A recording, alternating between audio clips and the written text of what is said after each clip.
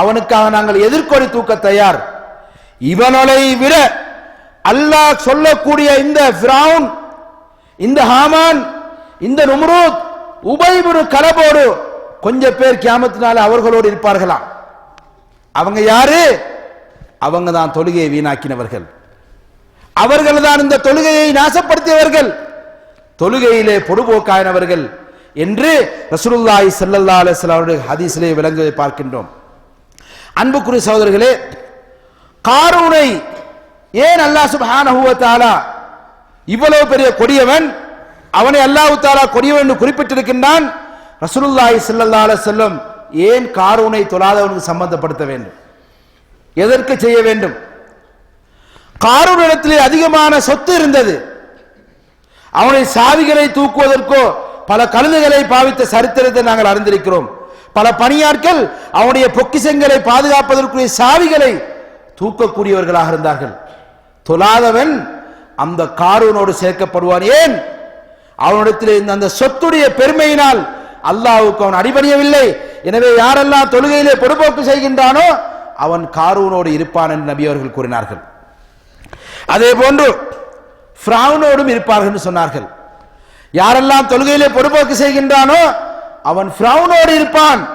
ஏன் ஃபிரௌனோடு இருப்பான் என்று சொன்னால், வமுல்கிஹி, அவனுக்கு அல்லாஹ் கொடுத்த அந்த ஆட்சி அதிகாரத்தை, அந்த மமதையிலே அல்லாஹ்வுக்கு சிரம்பணிவதை நிறுத்தி கொண்டான், அதனை தடுத்தான், செய்யாமல் இருந்தான். அவனோடு, அந்த பெரிய கொடியவனோடு இந்த தொழுகையை விடக்கூடியவன் இருப்பான் என்று ரசூலுல்லாஹி ஸல்லல்லாஹு அலைஹி வஸல்லம் குறிப்பிட்டு கூறினார்கள். மேலும் சொன்னார்கள், ஹாமானோடும் இருப்பான். இவன் ஒவ்வொருத்தனுக்கும் பெரிய சரித்திரம் இருக்கின்றது.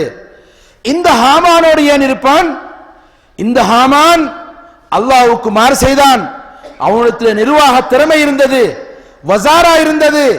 அந்த அதிகாரத்தை அவன் பயன்படுத்தி இந்த அதிகாரத்தினூடாக அல்லாஹ்வை நம்புவதையும் அல்லாஹ்வுக்கு சிரம்பணிவதையும் தடுத்து கொண்டான். எனவே எம்மிலே யாரெல்லாம் அல்லாஹ்வுடைய தொழுகை, அல்லாஹ்வுக்காக செய்யப்படக்கூடிய இந்த புனிதமிக்க இபாதத்திலே தொழுகையை நாங்கள் பொறுப்பேற்று செய்யும் பொழுது ஹாமானோடு இருப்போம். மேலும் கடைசியாக சொன்னார்கள், உபை இப்னு கலப், இது நபியுடைய காலத்தில் இருக்கக்கூடிய ஒருதன். கொஞ்ச பேரு அவங்க தொழுததினால், தொழுகை செய்த குறைபாடுதினால், தொழாததினால் யாரோடு இருப்பார்கள்? உபை இப்னு கலஃபோடு இருப்பார்கள். அவனோடு ஏன் இருக்க வேண்டும்? அவன் ஒரு பெரிய வியாபாரி, மக்காவிலே அந்த காலத்திலே பெரிய ஒரு வியாபாரி. அந்த வியாபாரி அந்த வியாபாரத்தை மையப்படுத்தி அல்லாஹ்வை வணங்குவதை, அல்லாஹ்வை வணங்குவதை தடுக்கக்கூடியதாக இருந்தான். எனவே மறுமை நாளையிலே அந்த உபை இப்னு கலஃபோடு அவன் இருப்பான் என்று ரசூலுல்லாஹி ஸல்லல்லாஹு அலைஹி வஸல்லம் குறிப்பிட்டு கூறினார்கள்.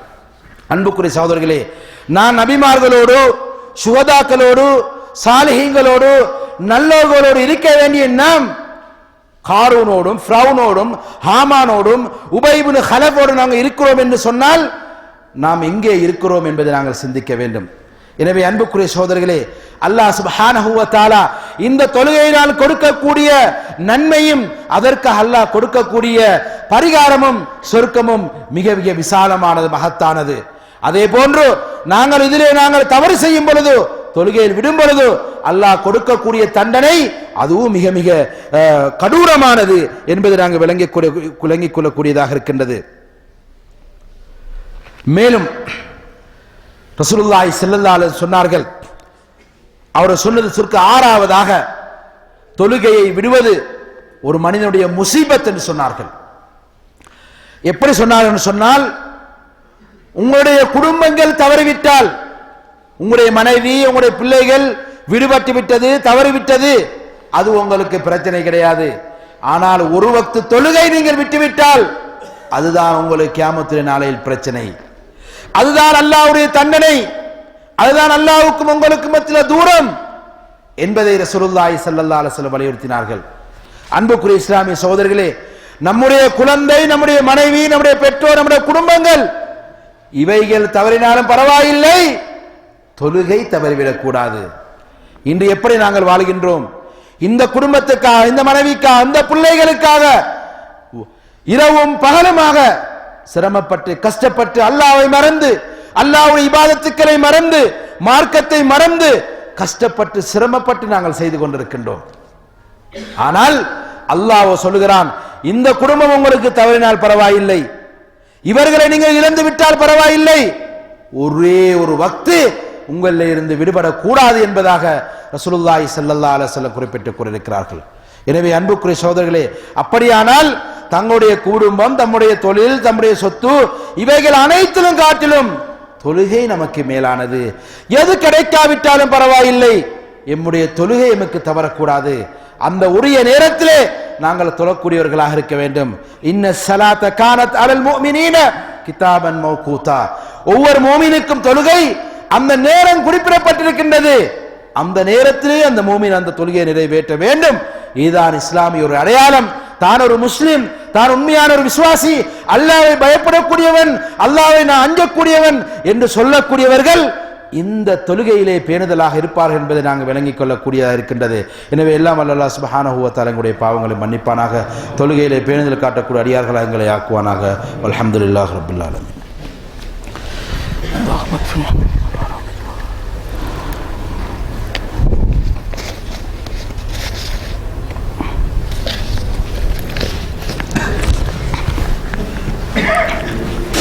அல்ஹம்துலில்லாஹ் الصلاة والسلام على رسول الله محمد بن عبد الله وعلى حزب الله أما بعد.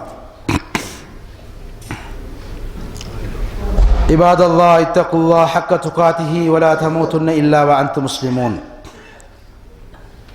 فيقول عز وجل لم نكن من المصلين ولم نكن نطعم المسكين وكنا نخوض مع الخائضين. அன்புக்குரிய இஸ்லாமிய சகோதரர்களே, ஏழாவது ஒரு விடயத்தையும் சொல்லலாம் நினைக்கிறேன். தொழுகையை விடுபவர்கள் ஷைத்தானை பின்பற்றக்கூடியவர்கள். இந்த நாட்டிலேயோ நமது நாட்டிலேயோ எங்கேயாவது நம்மளே யாராவது தொழ வேண்டாம் என சொல்லியிருக்கிறார்களா? தொழக்கூடாது, பள்ளிக்கு போகக்கூடாது சொல்லியிருக்கிறார்களா? யாரை பார்த்தாலும் தொழுங்கள் என்ன சொல்கிறார்கள். இதையும் மீறி நாங்கள் தொழாமல் இருக்கின்றோம். இந்த நாட்டிலே பாங்கு சொல்லப்படுகின்ற தொழுகைக்காக அதுக்கு பின்னாடி முத்தவா வந்து சலா சலா என்று சொல்லித் திரிகிறார். இதையும் மீறி ஏதோ ஒரு மறைவாக அந்த தொழுகை நேரத்தை நாங்கள் எப்படியாவது கழித்து விடலாம் என்று எடுக்கின்ற சிரமம் சுபஹானல்லாஹ். அந்த தொழுகை நேரத்தில் தொழாமல் தான் இருந்து கொள்வதற்காக படக்கூடிய முயற்சி எவ்வளவோ சிரமப்படுகிறார்கள். அந்த அஞ்சு நேர தொழுகையையும் அந்த குறுகிய நேரத்தில் தொழாமல் தன்னை ஆக்கிக் கொள்வதற்கு ஒருதன் அங்கு ஓடுறான், இது இங்கு ஓடுறான், வண்டிக்குள்ள பூடுறான், வண்டிக்குள்ள மறைவில் இருக்கிறான், ஒரு மரத்துக்குள்ள ஒளிஞ்சிக்கிறான். எந்த மாதிரி எல்லாம் செய்ய வேண்டுமோ அந்த மாதிரி எல்லாம் செய்து அந்த தொழுகையுடைய நேரத்தை போக்குவதற்கு முயற்சிக்கின்றான். அன்புள்ள சகோதரர்களே, இஸ்தஹ்வத ஷைத்தான், இந்த மனிதன் தான் ஷைத்தான், இவனில் ஷைத்தான் பூந்து விட்டது, ஷைத்தானை இவன் பின்பற்றி விட்டான் என்பதில் சந்தேகம் கிடையாது.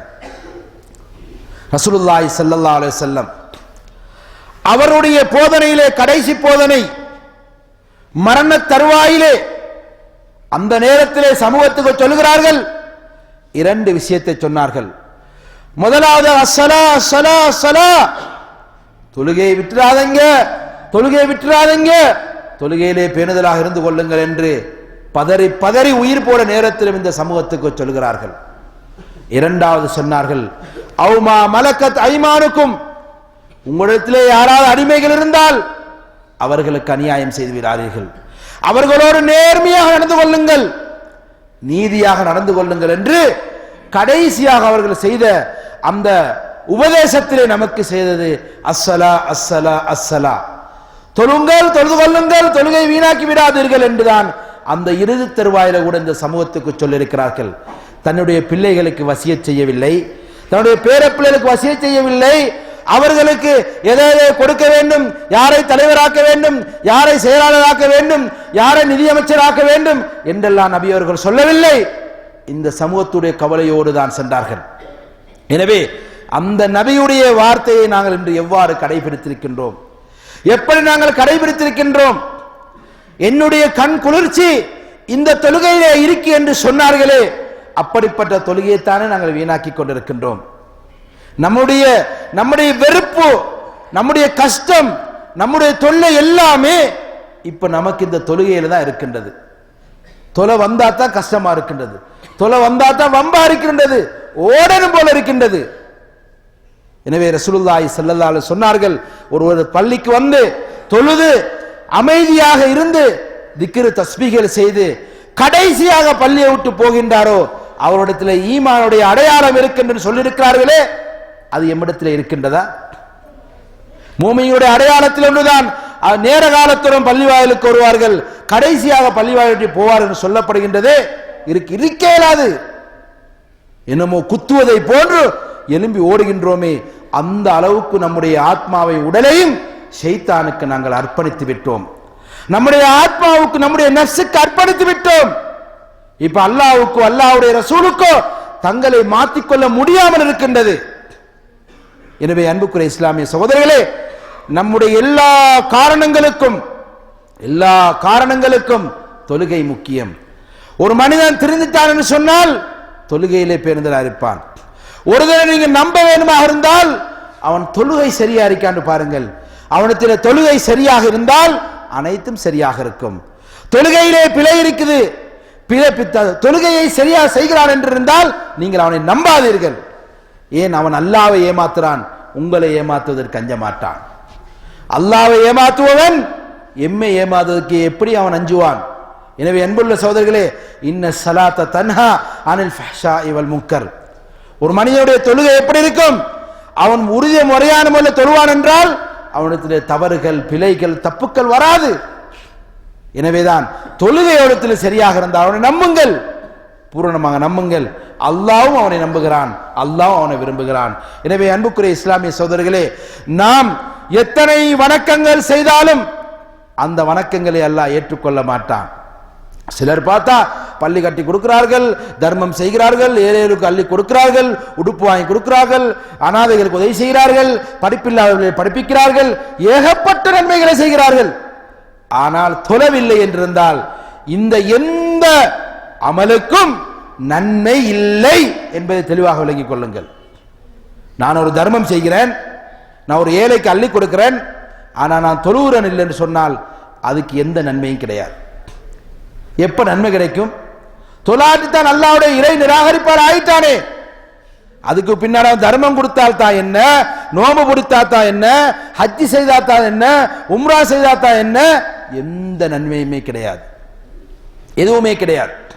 எனவே அன்புக்குரிய சகோதரர்களே, சத்தியமான ஈமானிலே இருக்கக்கூடிய நாம், அல்லாஹ்வை நம்பக்கூடிய நாம், அல்லாஹ்வுடைய தண்டனையை பயப்படக்கூடிய நாம், இந்த தொழுகையிலே நாங்கள் பேணுதல் காட்ட வேண்டும். அது இங்கிருந்தாலும் என்ன, நாட்டுக்கு போனாலும் என்ன, அதுவும் நம்மளிடத்தில் இருக்கின்றது. இந்த நாட்டிலே இருக்கும் போது ஏனோ தானே தொழுது கொள்வோம், ஊருக்கு போனால் தொழுவதே கிடையாது, பள்ளி பக்கமே போறது கிடையாது, கேட்டால் அங்க போய் செஞ்சுக்குவோம். அல்லாஹ்க்கு தெரியும். அன்புள்ள சகோதரர்களே, இஸ்லாம் வந்து உலகத்திலே நாங்கள் எங்கு போனாலும் ஒரே இஸ்லாம். அமெரிக்காவுக்கு போனாலும் 5 நேரம் தொழுகை, இந்தியாவுக்கு போனாலும் 5 நேரம் தொழுகை, எங்கே போனாலும் தொழுகை இருக்கின்றது. எனவே அன்புள்ள சகோதரர்களே, எந்த ஒரு இபாதத்தை விடுவதனாலும் சஹாபாக்கள் நிராகரிப்பார் சொல்லவில்லை. ஒரு நோன்பை பிடிக்காவிட்டால் அவன் காபிராகிவிட்டான் என்று சஹாபாக்கள் சொல்லவில்லை. தொழுகையை விடுவதனால் தான் இந்த நிராகரிப்பாளன் சேர்ந்து விடுகிறான் என்பதை தெளிவாக கருத்து முரண்பாடு இல்லாமல் சொல்லி இருக்கிறார்கள். மார்க்கத்தில் எந்த ஒரு விஷயத்தை எடுத்தாலும் 2-3 சொற்கள் இருக்கும், கருத்து வேறுபாடு படுவார்கள். ஆனால் தொழுகையை விடுபவன் காபிர் என்பதில் யாருமே முரண்பட்ட கருத்தை தெரிவித்தது கிடையாது, சொல்லவும் இல்லை. அனைவரும் ஒன்றுபட்ட ஒரு விஷயம்தான் தொழுகையை விடுபவன் அல்லாஹ்வை நிராகரித்தவன் என்பது. எனவே இந்த விஷயத்திலே நாங்கள் அக்கறை காட்ட வேண்டும், இந்த விஷயத்திலே நாங்கள் தெளிவு பெற வேண்டும், அல்லாஹ்வை பயப்பட வேண்டும். தொழுகைதான் ஒரு மனிதனுக்கு முன்மாதிரி. தொழாதவனுக்கு ஒரு முஸ்லிமான பெண்ணை திருமணம் செய்து கொடுக்க கூடாது. அவன் மௌத்தாயினால் அவனுக்கு நாங்கள் குளிப்பாட்டக்கூடாது, அவனை கஃனிடக்கூடாது, அவனை தொழுவிக்க கூடாது, முஸ்லிமான மையவாடியிலே அவனை அடக்கக்கூடாது. எந்த அளவுக்கு பாரதூரமான தண்டனை இந்த உலகத்திலே வழங்கப்படுகின்றது என்பதை நாங்கள் சிந்திக்க வேண்டும். இவைகளெல்லாம் அறிந்த பின்னும் இந்த தொழுகையிலே நாங்கள் பொறுப்போக்கு செய்வோம் என்றிருந்தால் எம்முடைய ஈமானை நாங்கள் அளந்து கொள்ள வேண்டும். எனவே அன்புள்ள சகோதரர்களே, ஆகிரத்தை நம்பி வாழக்கூடிய நாம், மறுமையை நம்பி வாழக்கூடிய நாம், சொர்க்கத்தை எதிர்பார்க்கக்கூடிய நாம், நரகத்தை பயப்படக்கூடிய நாம், இவைகள் அனைத்துக்கும் முற்றுப்புள்ளி தொழுகையை நாங்கள் சீராக்குவதுதான் என்பதில் சந்தேகம் கிடையாது. எனவே எல்லாம் அல்லாஹ் சுப்ஹானஹு வ தஆலா எங்களுடைய பாவங்களை மன்னிப்பானாக.